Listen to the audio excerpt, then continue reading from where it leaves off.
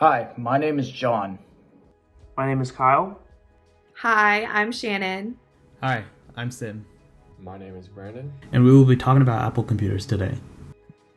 Apple Computers recently became the first company to ever hit a $3 trillion market value.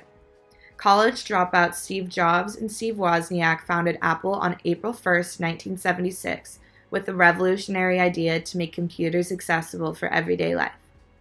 However, it is reported that over 90% of startup companies fail. Through the lens of Business 401, we are going to be analyzing Apple and what helped it to not only be one of the lucky companies that survived the startup stage, but eventually grow to be the largest in the world. The record-breaking growth of Apple can no doubt be attributed to their strategy as a company. As many of us know, Apple has somewhat of an occult following for their products, thanks to their incredible business strategy. The first element of Apple's strategy is to focus on product design and functionality. This allows Apple to keep customers coming back by continuously releasing new versions of their products and services. The second focus of the business strategy is to strengthen the Apple ecosystem, which refers to the environment in which Apple products coexist and depend on each other. If you have one Apple product, let's say an iPhone, it makes life so much easier for you to then follow that up with a MacBook or an iPad, which rely on even more Apple products such as iMessage and FaceTime. Third, Apple is continuously improving their customer service experience, whether it is through visiting an Apple store in person, shopping online, or receiving help through the Apple Care. And finally, Apple is focusing their business strategy on reducing their reliance on the iPhone. So this does not mean that they're going to stop producing iPhones, but that their projected profits over the next 10 years only show a minuscule increase in profit from the iPhone, but a $10 billion increase from a project that they have called Project X, which encompasses all of their new product innovation and introductions that they are expecting by the year 2031. In order to survive the startup stage, it is essential to have a strategic leader carry out the company's business strategy. When Apple first began to take off, Steve Jobs curated the vision statement to make a contribution to the world by making tools for the mind that advance humankind. Despite decades of change, their vision statement remains similar at its core: to make the best products on Earth and to leave the world better than we found it. Maintaining a strong, constant vision over the years is another aspect of what helped Apple to grow to the position of power they are in now. For the executive manager personalities, I chose Steve Jobs and Tim Cook, since they both have been the CEOs of Apple. Regarding Steve Jobs, he was the co-founder in 1977 and the CEO from 2000 to 2011. Steve Jobs was a critical asset in making Apple the company it is today, and he is famous for his keynote presentations, especially those on the iPod, iPhone, and iPad. Steve Jobs' executive manager personality would definitely be a pusher, since he used verbal abuse as a weapon to get the best work out of his employees. One of his most favorite quotes was, "My job is not to be easy on people. My job is to make them better." He never shied away from conflicts, arguments, and had a very high energy at Apple. Jobs was also very keen on analyzing what occurred in the past, saying that, "I put out an agenda. 80% of it is the same as it was last week, and we just walk down it every single week." After Steve Jobs passed away, Tim Cook took over as the CEO from 2011 to the present day. Tim Cook has a very different personality style compared to Steve Jobs, since he is more of a processor pleaser. Tim Cook is a processor since he is very big on having products that are of the best quality and makes decisions based on the facts he receives from all of his teams. Also, Cook is a pleaser since he is very big on helping others out through philanthropy.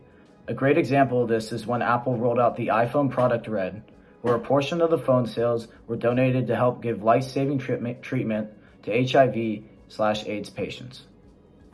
And now I'll be talking about Apple's cross-cultural business behavior and looking at what puts them ahead of the competitors and factors contributed them hitting the $3 trillion market value earlier this year. Apple is considered to have one of the top-ranked supply chain systems in the world, even providing inspiration for other brands and firms throughout the years. Specifically, they have led the Gartner Supply Chain's top 25 list since 2013. Through Apple's strong supplier relationship, they are able to provide flexibility in responses to demand surges, create products that are reliable and long-lasting, as well as consistent throughout the global market. The figure on the right shows Apple's location of suppliers, with a huge presence being in China. So moving on to the next slide, we're going to be looking at deal focus versus relationship focus. By analyzing Apple as a company, we are able to determine that they possess both of these factors. Apple is considered to be very task-oriented, maintaining face-to-face contact, as well as keeping the focus on the deal at hand with direct language.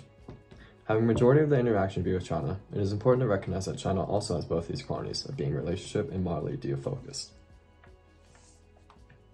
For the next slide, we're going to be looking at the consistency in international business. Another important rule of international business that's been emphasized in this class is that the seller is expected to adapt to the buyer. Apple does this perfectly throughout the different cultures and regions of the globe. For instance, when Apple ran ads for their GarageBand software, they were adding culturally appropriate instruments depending on the audience to ensure that these people in these different cultures can get the same brand experience.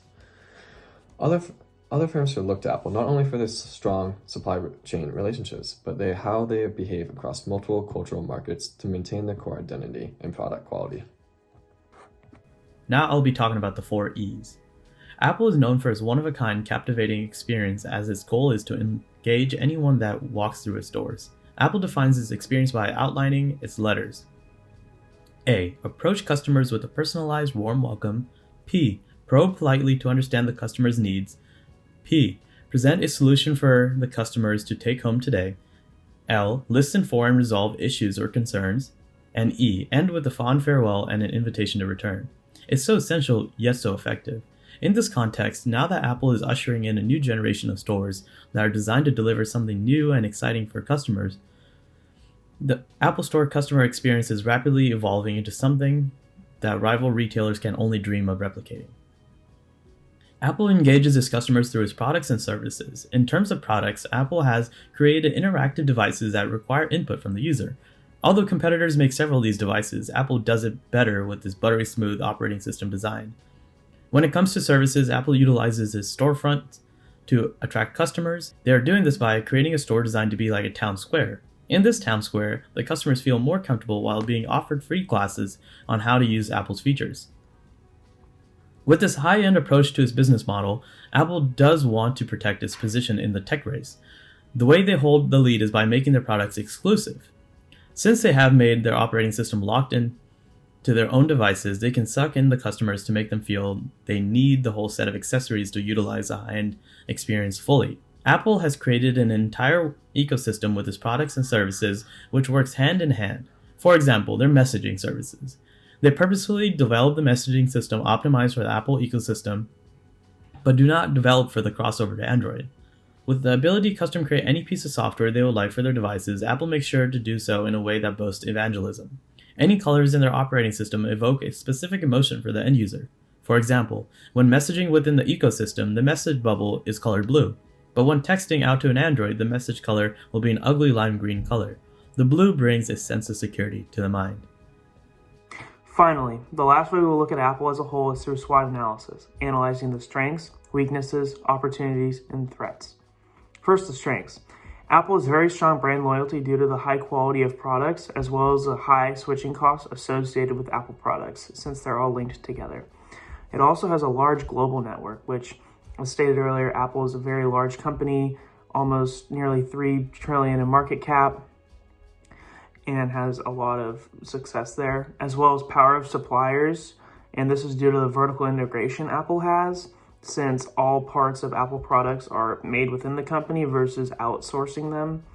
Some weaknesses it has are Apple products are highly priced, and this may offer some barriers of entry to products. It might discourage people from purchasing them.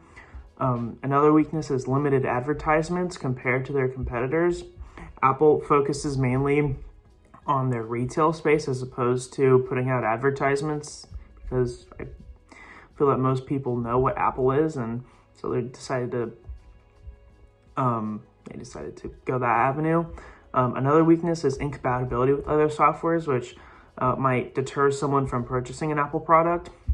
Opportunities are it has consistent customer growth as well as expansive distribution channels, with it being a large global network and company. it has the opportunity to sell to a lot of different people across the globe, as well as improvements in technology for an opportunity. That can be through AI, green technology, or wearable technology. Threats it faces, competitors are its biggest threat. That being, this is a monopolistic competition. So there's a few key big players as well as counterfeit products. I know I've bought a fake iPhone charger, and market penetration specifically in the phone sector where Android has a 72% of the market share, where they have their Android hardware phones, but each phone has a different software.